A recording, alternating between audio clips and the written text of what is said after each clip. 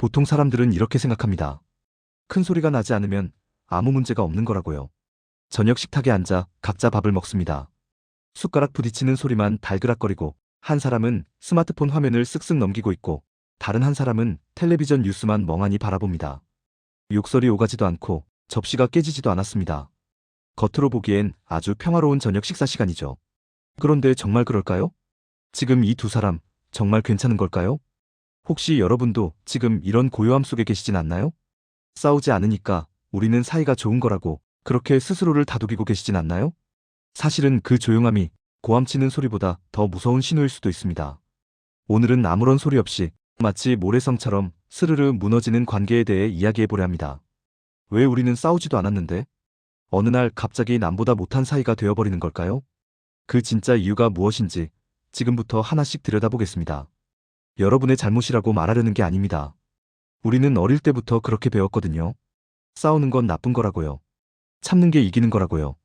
그래서 꼭 참았을 뿐인데, 좋은 사람이 되려고 노력했을 뿐인데, 결과가 이별이라니 얼마나 억울한가요? 상대방의 기분을 망치고 싶지 않아서 하고 싶은 말을 꿀꺽 삼켰던 그 배려심이 오히려 독이 되었다니 믿기 힘드실 겁니다. 지금 마음속에 답답함이 느껴지거나 이유 모를 불안함이 있다면 그건 아주 자연스러운 감정입니다. 이상한 게 아니에요. 여러분은 관계를 지키고 싶어서 가장 안전해 보이는 방법을 선택했던 것뿐이니까요. 그러니 자책하지 말고 지금부터 제가 하는 이야기를 편안하게 들어주세요. 그저 마음 가는 대로 따라오시면 됩니다. 자, 상상을 한번 해볼까요? 여러분의 집에 아주 튼튼한 수도관이 하나 있다고 칩시다. 이 수도관은 두 사람의 사랑을 흐르게 하는 통로예요. 그런데 어느 날 이 수도관에 아주 미세한 바늘구멍 하나가 생겼습니다. 눈에는 보이지도 않아요. 물줄기가 콸콸 쏟아지지도 않습니다. 그저 물방울이 한 방울 뚝 하고 떨어질 뿐이죠. 처음에는 아무도 모릅니다. 바닥이 젖지도 않았고 물 흐르는 소리도 안 들리니까요. 그런데 시간이 지나면 어떻게 될까요? 그 한 방울이 모여서 바닥에 스며들고 벽지를 눅눅하게 만들고 결국에는 집 전체에 곰팡이가 슬게 만듭니다. 싸우지 않는데 관계가 무너지는 원리가 바로 이렇습니다. 큰 구멍이 나서 물이 터져 나오는 게 싸움이라면 싸우지 않고 멀어지는 건 보이지 않는 누수입니다. 여기서 우리가 꼭 알아야 할 것이 있습니다. 사람의 마음은 가만히 놔두면 그대로 유지되는 게 아니라 가만히 놔두면 점점 식어간다는 사실입니다. 마치 따뜻한 물을 컵에 담아두면 가만히 둬도 결국 차가워지는 것처럼요. 관계를 유지하려면 끊임없이 온기를 불어넣어야 하는데 싸우지 않으니 괜찮아라고 생각하는 순간 우리는 그 온기를 공급하는 걸 멈추게 됩니다. 이때 생기는 것이 바로 정서적 차단이라는 벽입니다. 어려운 말이 아니에요. 쉽게 말해서 어차피 말해도 소용없어라고 느끼는 순간입니다. 예를 들어볼까요? 여러분이 오늘 회사에서 아주 황당한 일을 겪었어요. 집에 돌아와서 문을 열자마자 그 이야기를 하고 싶습니다. 나 오늘 진짜 어이없는 일 있었어. 라고요. 그런데 소파에 앉아있는 상대방의 표정이 너무 피곤해 보입니다. 혹은 핸드폰 게임에 너무 집중하고 있어요. 그 순간 여러분은 멈칫합니다. 에이, 피곤해 보이는데 그냥 말지 뭐. 말해봤자 내 편 안 들어줄 텐데 뭐. 그렇게 하려던 말을 꿀꺽 삼킵니다. 이게 바로 물 한 방울이 센 겁니다. 싸우지 않았죠? 상대방을 배려했죠? 하지만 두 사람 사이의 연결고리는 아주 조금 헐거워졌습니다. 이런 일이 반복되면 어떻게 될까요? 처음에는 배려였던 침묵이 나중에는 포기가 됩니다. 오늘 어땠어? 라고 물어봐도 그냥 그랬어 라고 대답하게 되죠. 더 이상 내 감정을 상대방에게 보여주는 게 귀찮아지는 겁니다. 안전하지 않다고 느끼니까요. 말했을 때 따뜻한 반응이 돌아올 거라는 확신이 없으니까요. 여기서 잠깐, 혹시 여러분의 모습이 겹쳐 보이지 않나요?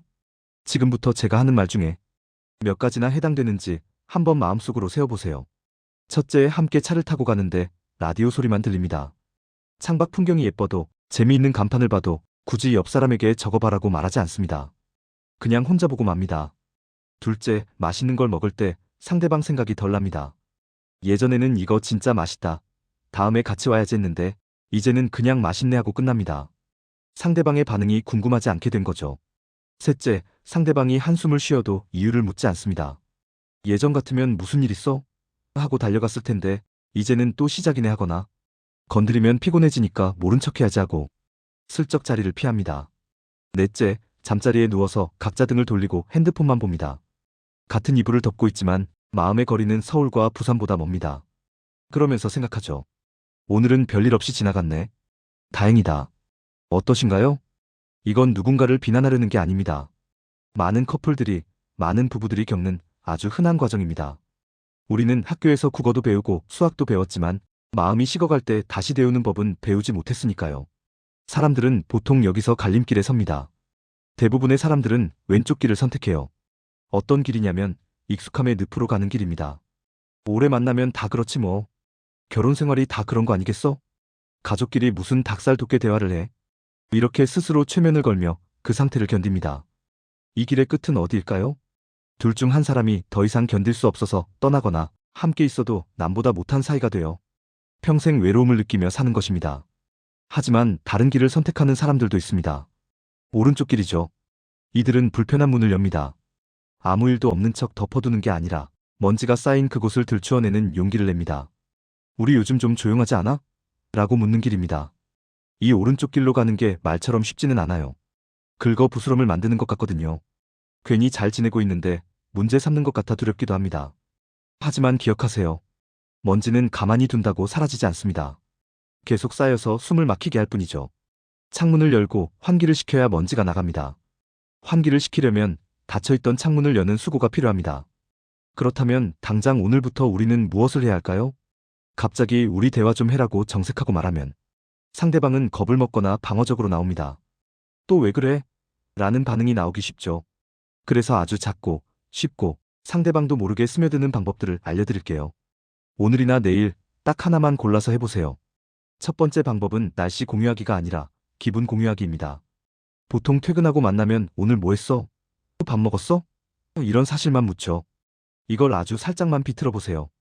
오늘 기분은 좀 어땠어? 오늘 하루 중에 언제가 제일 힘들었어? 이렇게 감정을 물어봐 주는 겁니다.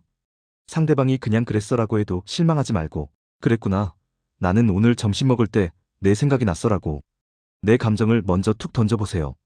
대화의 물꼬는 사실이 아니라 감정에서 터집니다. 두 번째 방법은 의미 없는 접촉을 늘리는 겁니다. 성적인 의도가 담긴 스킨십을 말하는 게 아니에요. 그냥 지나가다 어깨를 툭 치거나 TV를 보다가 발을 살짝 갖다 대거나 나갈 때 등을 한번 쓰다듬어 주는 겁니다. 말하지 않아도 나 여기 있어. 너를 느끼고 있어라는 신호를 보내는 거죠. 몸이 닿으면 마음의 경계심이 허물어지는 속도가 빨라집니다. 세 번째 방법은 눈 맞춤 인사입니다. 집에 들어올 때 혹은 나갈 때 신발끈을 묶으면서 혹은 화장실에 들어가면서 건성으로 다녀왔어. 잘 가 하지 마세요. 딱 3초만 하던 동작을 멈추고 상대방의 눈을 똑바로 쳐다보며 인사해보세요.